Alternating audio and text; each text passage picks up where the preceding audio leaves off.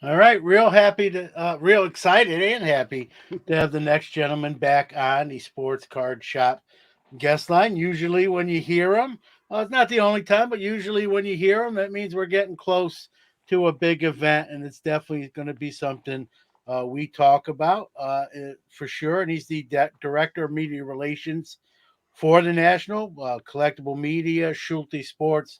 Mr. Ray Schulte, welcome back to Sports Card Nation.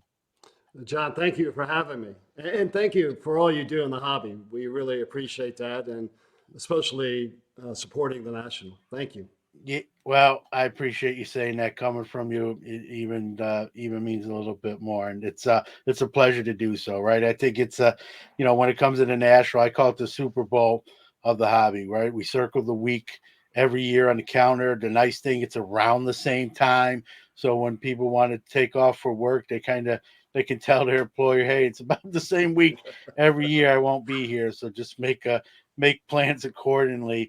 And it's become an event uh, in itself, right? But obviously, it's the biggest card show of the year, but it's an event more than it's become more than a card show. I think when talking to Dr. Beckett, who's never missed one, and others, right? It's really progressed to just a bigger event than it used to be. It was always great, but it's just getting better and better.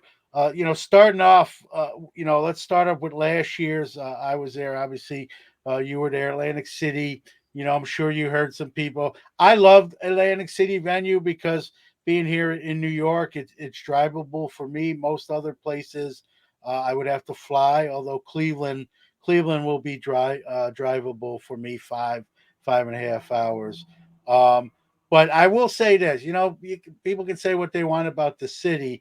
I thought there was a lot. It seemed more airy to me, Ray. Like you weren't, as confined. Like you felt like you were packed in too tight. And listen, everyone said, I'm not a big Atlantic City fan. People still went, right? People might say that, and it's just the event's too big, not to miss. So, I mean, your thoughts on last year's event? Well, John, after each event, we evaluate, we analyze, we always try to figure out how we can do better. So, from that perspective, I'll tell you that I thought Atlantic City was a huge success. Were there things that we could have, maybe addressed? Yes and no. I mean, the city is the city. I mean, there's nothing we could have done about that. There are some things. I know the Wi-Fi was a concern, and again, due to the large number of people, that complicated things too and made it more difficult. But those are things that we understand, and not going into Chicago. We've certainly addressed that, and we don't want that to be an issue. We feel that it's extremely important, not only for the exhibitors, but for also the attendees too. So that will be rectified, and even going forward, even more so. So I'm excited about that. The one thing that I thought was kind of missing was opportunities to get food.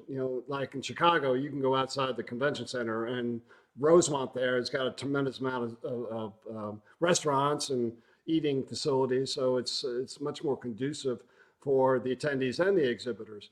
And so I think that was a little tough. It was a little,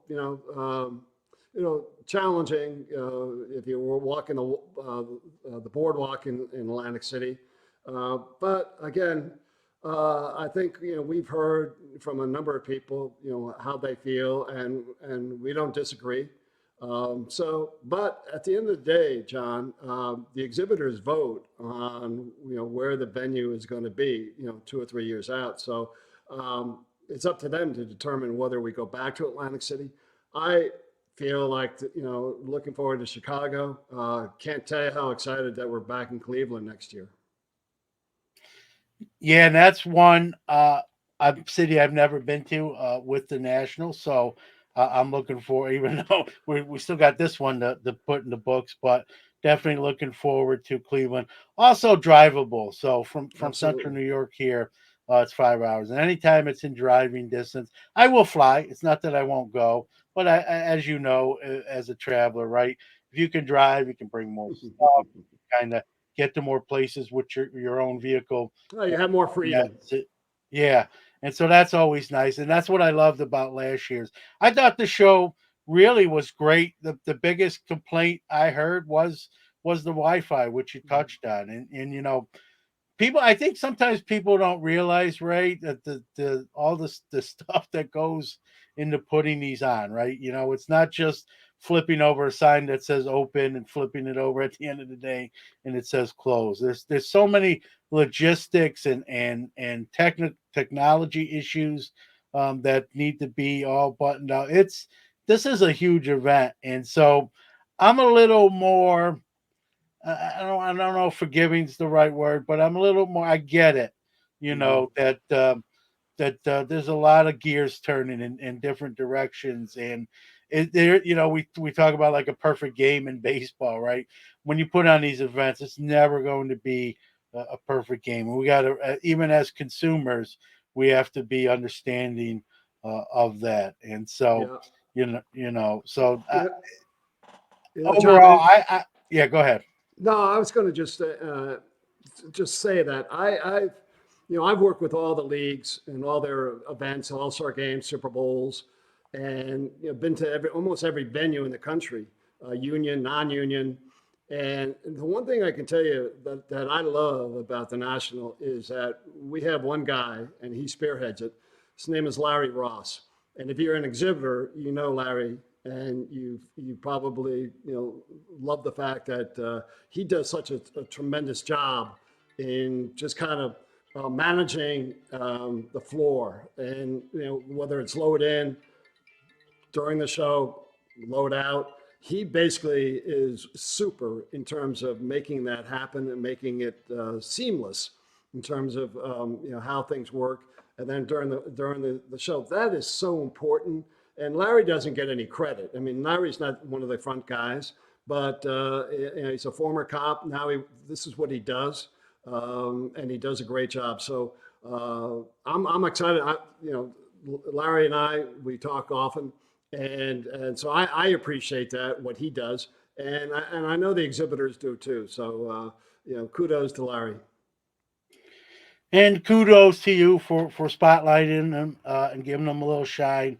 There's probably a few guys, that we don't see, like you say, out front. There's got to be a lot of things Mhm. kind of falling into place, and while you're a big part of that, there's other gears as well. And so kudos for you to giving Larry a little bit of love there as it should be. He deserves it. And last year when we did this, Ray, Ryan, your son Ryan Schulte joined us, and I feel like I'm sort of watching him grow up at the National. And I know he's worked with you and Brody and kind of learning to ropes. Is he gonna? Will we see him this year in Chicago? I'm assuming yes, but I figured I better ask.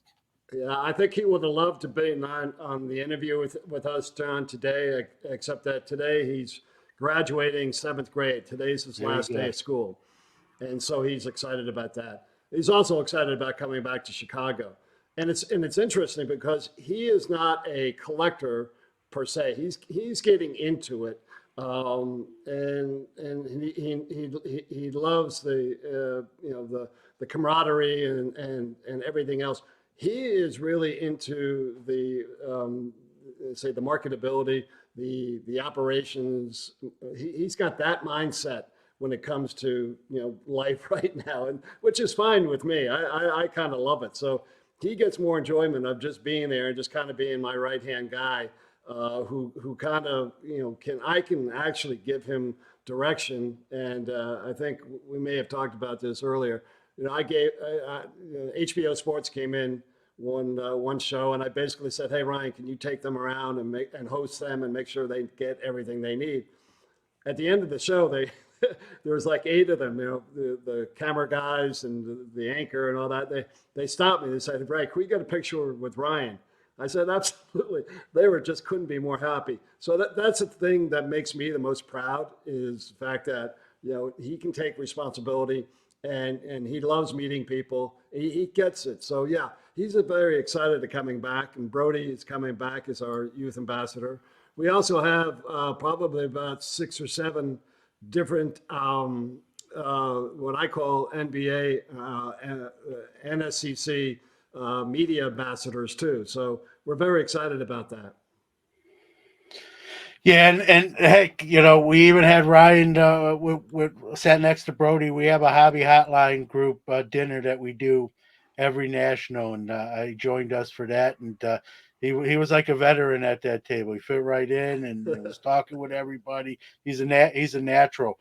You think it's something? Obviously, he's young. Like you say, just graduated seventh grade today. Congratulations to Ryan. You think it's something he wants to pursue as a career eventually? I mean, obviously he's got time, but has he expressed an interest, an early interest in maybe public relations, media, that sort of thing, broadcast, whatever the case may be? I think so. His mom is involved in sports broadcasting and with the regional sports networks, and so he gets that sports from a different perspective. He sees what I do, he gets to meet a lot of different people, and so I think from his point of view, he likes the challenge of kind of learning on the fly and basically from a mindset of putting together a marketing plan, putting together a business plan, and then managing it. So he loves that aspect of it now, and I hope he does continue with it because it's just good experience for him. And it's funny. He says, "Dad, I can't wait till I'm 14 years old so I can go to work." And I can't tell you how much that means, in terms of a kid wanting to go to work. So I'm excited about that. Yeah, and like you mentioned, 12, 13, soon to be 14, right? Getting some experiences that kids that age normally won't have the opportunity. So he, even if he does want to pursue that, he's already going to have like hands-on experience.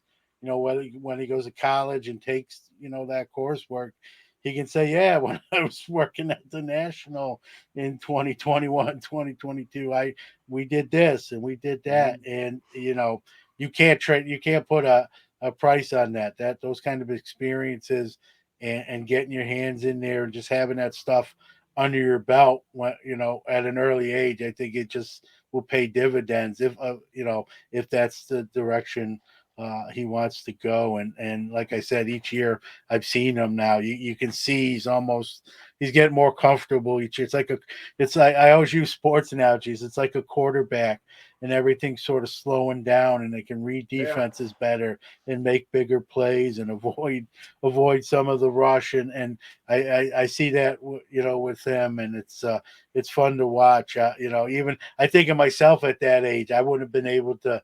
Even though I do the stuff I do now, I was a really really shy kid, and if you would have even asked me to do that, I would have probably wouldn't have been able to pull it off. So very yeah. very impressive. And I know he couldn't be here today, but I do, as you know, I do some on the floor interviews. So maybe if time allows and his schedule allows, I'll get to interview him on the floor at the national, and see how things are going, and Absolutely. get kind of a on the fly report from Ryan in Chicago there. So you can let him know that's on the on the table. But John, I just want to follow up on something you said earlier when you were Yeah. talking about the national in terms of being the hub, being where whether it's trading cards or vintage memorabilia, authentication, grading, whatever it is. Um, that's an exciting aspect of it and something people obviously look forward to. But for me, the national means that unique experience. It's just, and I try to explain this, and I do explain it to the mainstream media and to a number of people that haven't been there before. It's all that, yes, but it's also you can just come and just walk the floors and have a tremendous time. Just seeing people, seeing interaction, making friends, learning this and experiencing that. That is what to me that's the epitome of the national. It's just that overall experience that you can't get anywhere else or any other card show, and the people you get to meet and the things you get to see, you can't match that anywhere, anytime. So, and I think when we're talking about like Ryan, he gets that, and I think that's why he enjoys it so much, because it is something that's so unique and so impactful, that it enriches his life going forward in terms of seeing this and experiencing that. So I just wanted to make that point because that's so important. That's again, that's my gut feeling when it comes to the national. Is just and I still do. I mean, I'm excited about going and meeting new people and seeing new things and hearing about unique opportunities or there's going to be we're going to have so many surprises on the floor this year that it's I can't wait. So, but and I think I think that's why we also are enlarging our target audience. In other words, we used to have males, kids, and boys, and now we have females, wives, grandmothers, grandfathers, sisters. So I think that's kind of why is because we have such a great overall experience when they come and they kind of walk the floors. Yeah, no doubt, and like you said, just meeting old friends, meeting people for the first time. Is this if you come to Nashville, whether it's for 1 day or 5 days, and you don't and you didn't have fun, you did something wrong. I'm sorry. I've said that many times on this show. There's something for everyone, even without necessarily spending money. Although that's no fun not to spend any money, but just some of the cards you'll see not only at the obviously the dealer's inventory, but at the auction houses, in their cases, it's just stuff you don't see, like you said, every day. An opportunity to see that stuff up close and personal. People take pictures like with the mantle last year, the 9.5 SGC mantle at Heritage, just taking pictures with it and that sort of thing, or near it, I should say. And so and there's always something going on every day. There's always different events. You got the main stage, which I've been fortunate enough to be on multiple times, and just something for everyone. Obviously, all the corporate areas, and each year it seems like these booths get more elaborate and technological, and it's I always that's the thing I always think is what the we like with Zero Cool's booth last year is Mhm. how they're going to up the ante each year and top the year before, which is a good segue, really. And to talking about this Chicago National. Obviously, you're very involved in it. What can those attending, myself included, what are your expectations? What might be new that you can talk about for those who've been to the National before? But this might be something that no one's seen yet. Just kind of Yeah. a tease, if you will. When this will air, we'll be about 40 days away from the event itself. Well, one thing that is going to be very impactful is the fact that we've gone from 400,000 square feet on the show floor to now 600,000 square feet on the show floor. That is extremely,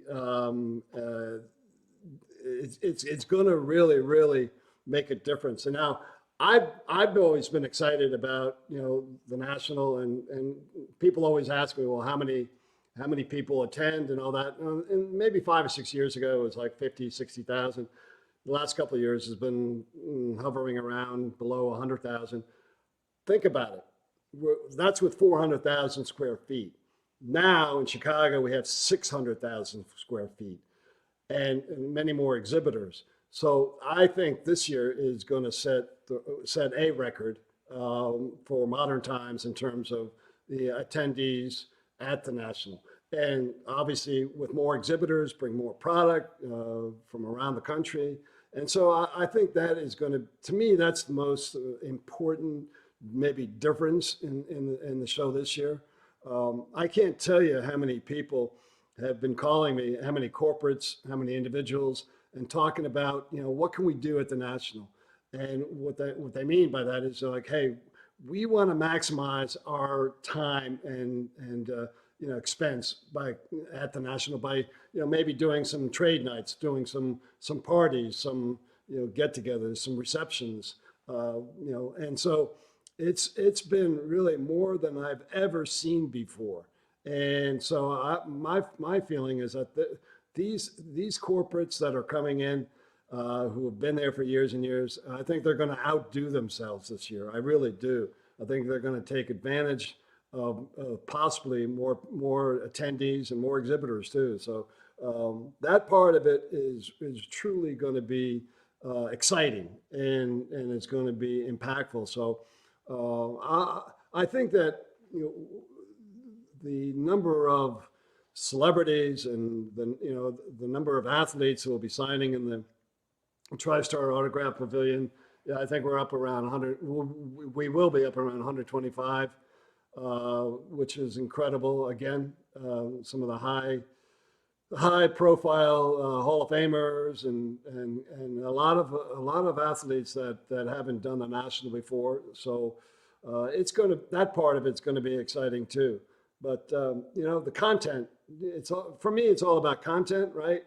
That's kind of what my responsibility is to maximize content. So I see that as leading into the show already. A lot of people are taking advantage of it, and I'm reposting more and more posts on there from people that are saying they're going to be at the national, be first time, and so that part of it I see that's a significant increase over the last couple of years. So this is probably the first national that I would say we could do 100 plus thousand, if everything works out the way we want it to work out. Yeah, and that anyone that knows the figures, like you said, over through the years, that's a big number. And it's a big number. I think that's probably one of the catalysts for expanding the floor plan. How difficult was that, for what you can share, like to go from 400 something square feet to 600? I mean, the building's the same.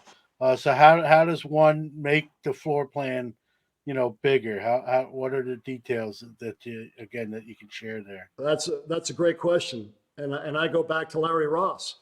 Larry's the one that made that happen, with his experience and his knowledge and understanding of the floor. He was able to pull that together, and it's going to be it's going to be a little tougher, load in and all that, but he's going to still make it doable, and he's still going to make it, comfortable. Think about it: 400,000 square feet to 600,000 square feet. Exhibitor is still, and this is a perk that I know the exhibitors appreciate, but be able to pull your items onto the floor and unload, and then get out and then come back in and load in. That is very, very. That's you can thank Larry for that. I mean, those are things that are, well, I wouldn't say they're little things, but they're things that go unnoticed. And so to answer your question, it's going to be a little tighter, but I think in the long run and the big picture, it's certainly going to be a huge advantage for all the exhibitors coming in, to attract the attendees that we want to come in.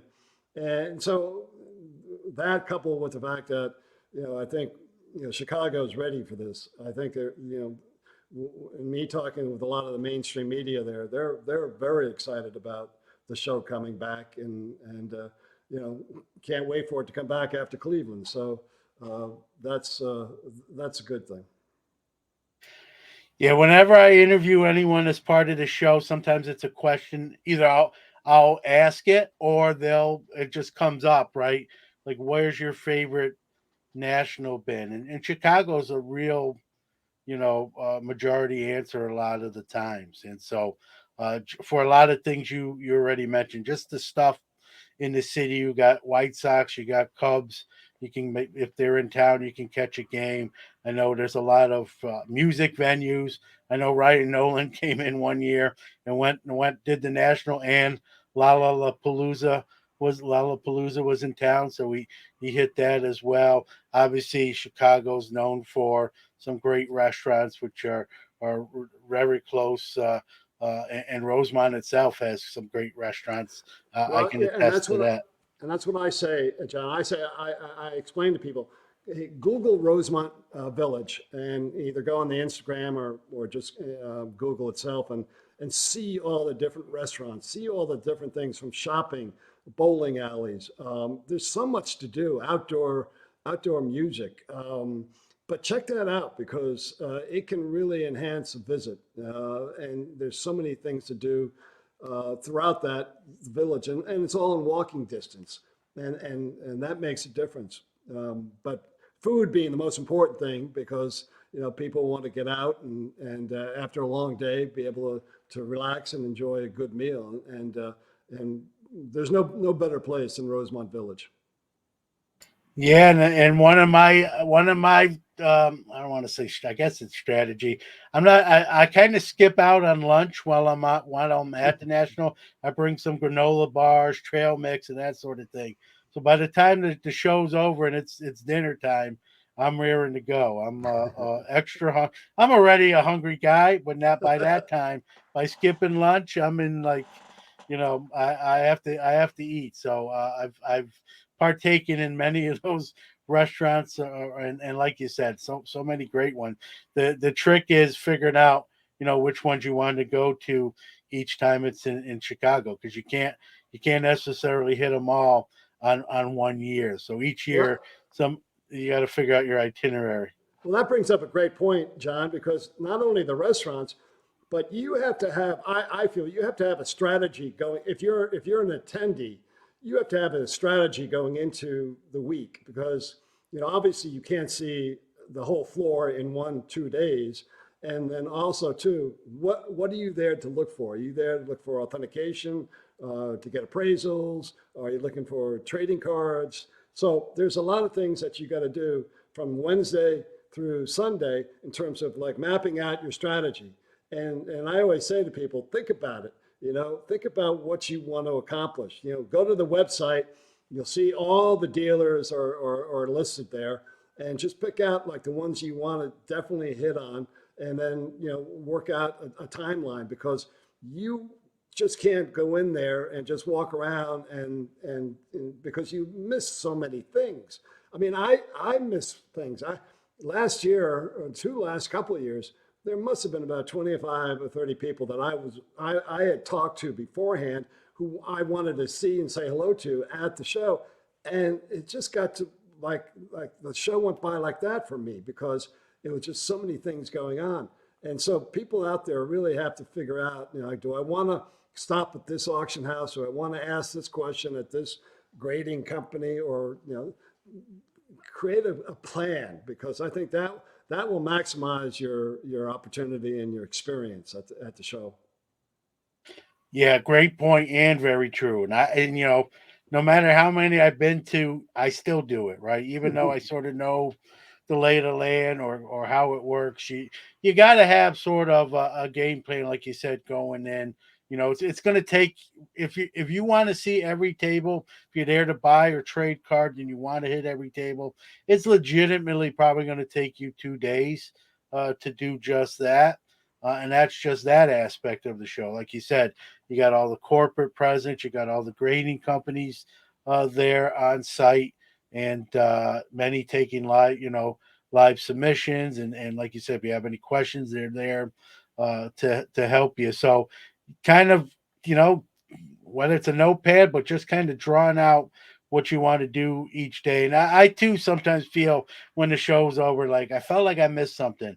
And I know someone will message me, "Hey man, I didn't run into you. Sorry, you can't meet everyone, and but you want to try, right?" And so having a game plan is just makes it a little bit less stressful too, that you're not sort of flying by the seat of your pants. There's nothing wrong with that, but I think it's a little bit smoother sailing when you sort of have sort of a course you want to set off on. And I do it to this day, and I always will. Like I'll put it in my phone in different events or different dinners that we've already sort of made plans. And another tip, if you're planning to go to dinner and you have a bunch of people you're going with, call that restaurant and make reservations even now when it comes to that stuff, because Yeah. the ones that take them, because it's gonna, you mentioned 100,000 people, those places are gonna be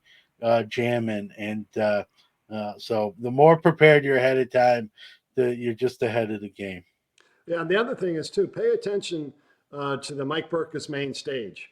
We started Mike. Actually, it was Mike's vision years ago in Cleveland, and it was meant to be the focal point, like the core of the show. And for a couple of years, we were developing it. Content was a little harder to get. I can't tell you. I mean, the way that the main stage is set up now, it's the content is from Wednesday through Sunday packed. And so when I say that, there's a lot of things going on, a lot of things that are interesting, a lot of things that are unique, are new. A lot of podcast and a lot of things, athletes up there. So make sure that you figure out like the schedule for the main stage, and you most likely will be able to get that once you get to the show, and pay attention. There's going to be some fantastic content this year. Yeah, no doubt. There's usually a board, a schedule board too, up in that area, so you can head that way, kind of see what's going on that day, and in subsequent days following the day you're there. So you kind of know ahead of time. Hey, these folks are be on the stage. So if it's something you want to see live, many of the shows too, Ray, are interactive, where they get the audience and crowd to participate, whether it be live breaks or even giving trinkets away and different things like that. One year I gave away, actually last year, I think I gave away some show T-shirts, and so Mhm. there's always, for folks that like that kind of free swag kind of stuff, it's always an opportunity to grab some there, and just be interactive, ask questions. Right, Mhm. we did a hobby hotline segment, and we allowed the people in the audience to ask hobby questions, and many of our hosts, Dr. Beckett was on stage with us as part of Hobby Hotline, got to ask questions that you might not get to ask certain people all the time. So it's a great opportunity, like you said. No matter what the national that week is, it's going to be opportunities that don't present itself the other 51 weeks of the year, and you got to take advantage of the week in doing that. I kind of want to segue too, Ray, into, you mentioned Brody's going to be like the kid ambassador. Although I told him he can't be Brody the kid for much longer. He's tall. He's taller than me, and he's now 15. I think So I think he's he's got another Brody. year left for that. So you got that. I'm happy to say I'm actually wearing a shirt today. Not even necessarily on purpose. It just worked out. Signatures for Soldiers again is the official charity of the National. Tim and his group just doing amazing work. What started out as a $500 goal to help disabled veterans is now Tim in the six figures, Tim and does a just been great job, and yeah, a shout out to Pristine Auction. yep. They're the auction platform that supports this, and did a great job last year, and they're stepping up again this year. I think the auction will go live July 1st and run right through to the Saturday night at the show. But if you follow our Instagram at the National or Collectible Media, you'll get a heads up in terms of when everything's happening, and when everything is occurring. So feel free to follow us. Yeah, and I got to plug, Tim in that he does that pro bono. He's not he's not a salary. That is something he did out of the kindness of his heart, and it just exploded. And he still does it out of the kindness of his heart. He does a tremendous job. Like you said, kudos to Pristine for taking kind of the baton and running with it and bringing that auction forward, and make more opportunities to raise some money to a great charity. 100% goes to where it's going. A lot of times when you hear charity, it's not always 100%, right? But in this case, it really is, and so glad to see Tim get the opportunity at the national again with that charity. And we always have him on as well to talk about his endeavors. It's Chicago's shaping up obviously to be a great event. Let's go a little bit. Let's get in the DeLorean a little bit here, Ray, and kind of travel to the future. There's a couple changes on the horizon. Some of the leadership with who brings the national to everybody, and there's a new national president. You told me before we start recording, and I'm happy to say this, you're going to still be involved even with some of the changes that are going to take place. One change will not be you, and that gets my two thumbs up. But talk about, for those that I know a little bit from whether it's talking to you or just talking to other people and things you hear, but for those that may not, what we might see, what this change may bring to the show, what you're looking forward to, and that sort of thing. Yeah. Well, thank you for your kind words. Uh, the current management, show managers, they've done a great job up until now, and I think with this change, the new team that will be coming in starting in Cleveland, or actually starting the day after July 31st, they will take over, and the transition is going to be smooth. It won't affect anybody, whether you're exhibitor or attendee. You won't see any difference. But having said that, I'm very excited, and I've agreed to stay on because the new team that's coming in are going to be a little bit more thinking outside the box. And from my perspective, there's a lot of things we can do. Times are changing. We're evolving as a society. We're evolving as an industry, and I think this is a great opportunity to kind of sit down and discuss some things, some direction that we want to take. And so I'm excited about that, and we'll start that in Cleveland.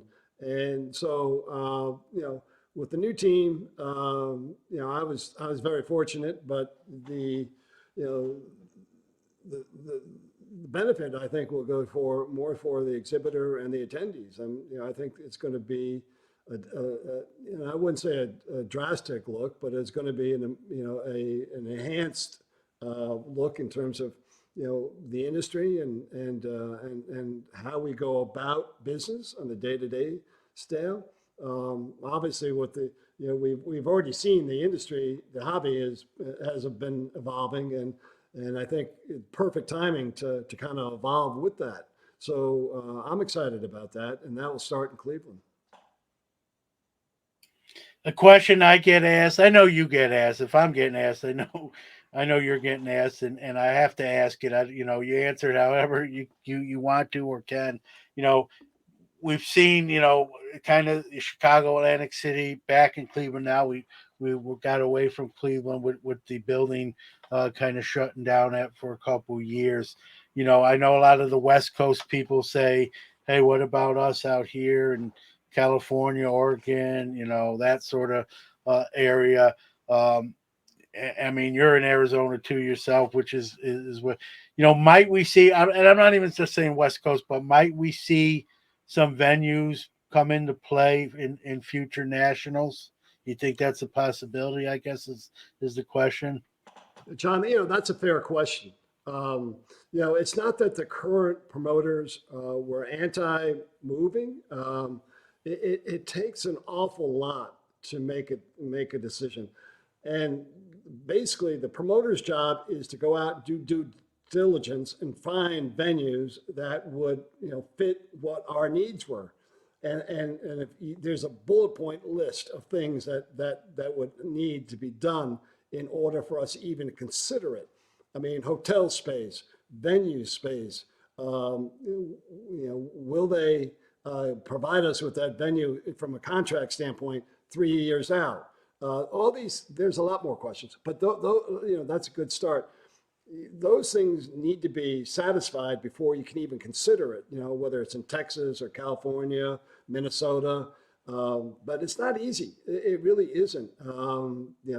Just think about, and I'll give you one example: hotel space. You're talking about right now in Chicago and even Cleveland. We have one gentleman whose full time job is just to be the liaison with the hotels and the city. And so he goes in. He went in like probably even before Atlantic City for Chicago, and he's got relationships with Chicago already.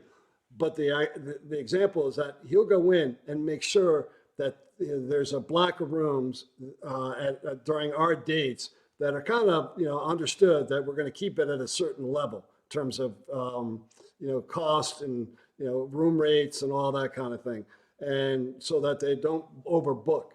And that's important not only for our attendees but our exhibitors too. So to maintain a certain level of expense, that's important. You go into a new city and they say, "Hey, the nationals come in. Yeah, the rates went from $200 to $400." And so that's starting in a new venue, a new city. That's difficult, but it's not something that will prevent us from doing our due diligence. Now, and there's only a few venues in the country that can hold us. Really, you're talking about we went from 400,000, 600,000 square feet.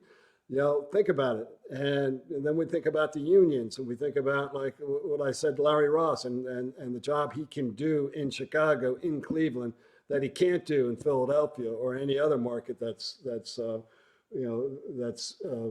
situated with unions and all that. So that's really important. But now, having said that, the new promoters that are coming in, they understand it 100%, and they are going to go out and do a very proactive search for venues outside of Chicago and Cleveland.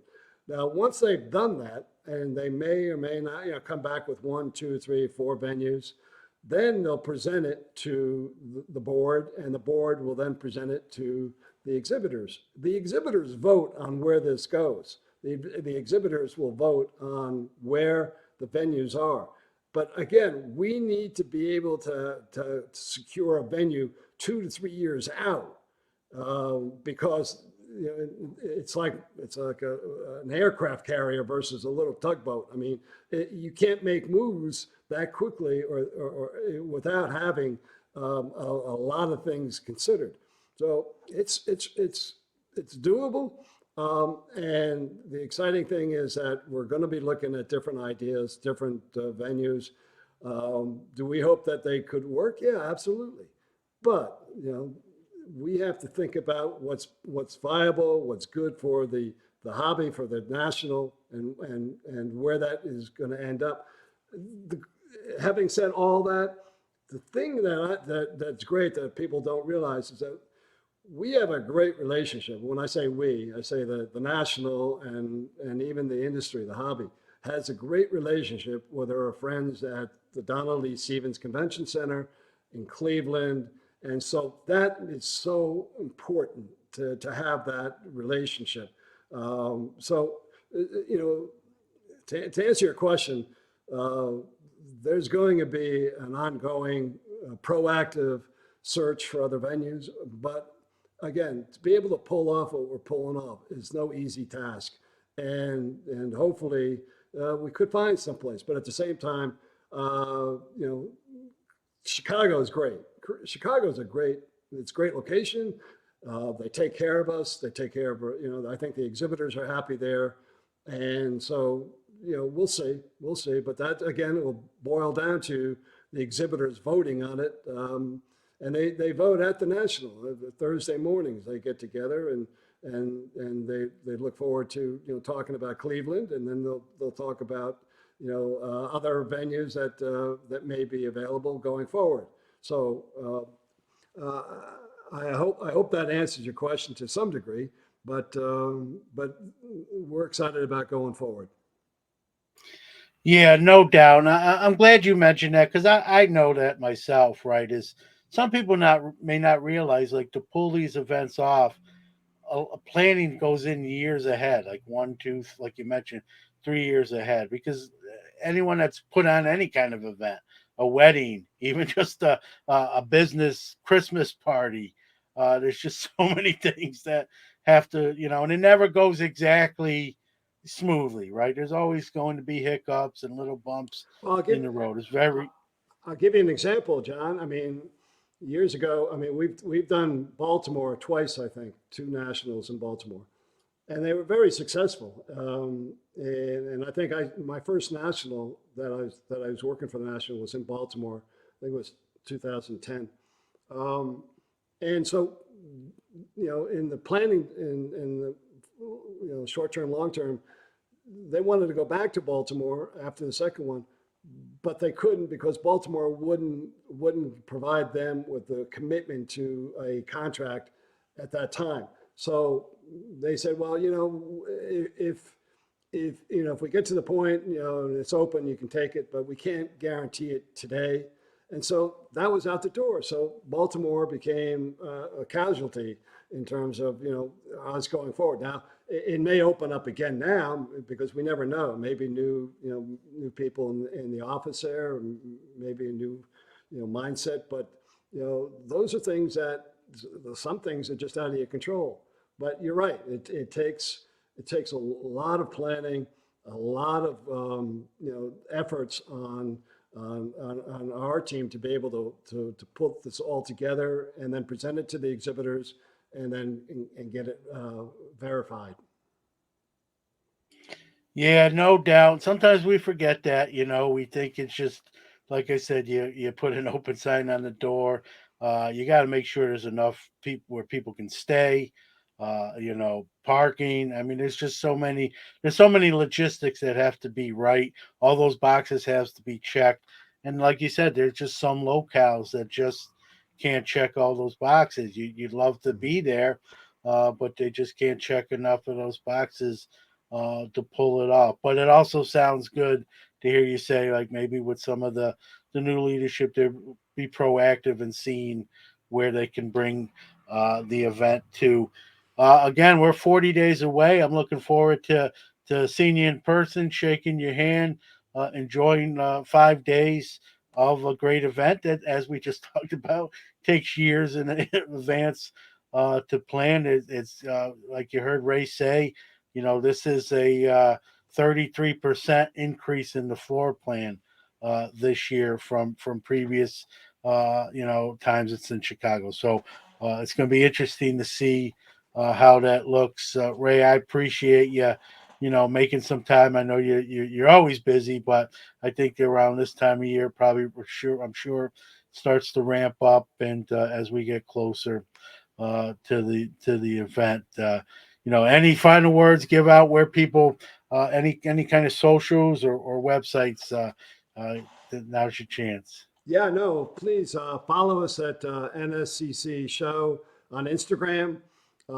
Check out our website, nsccshow.com.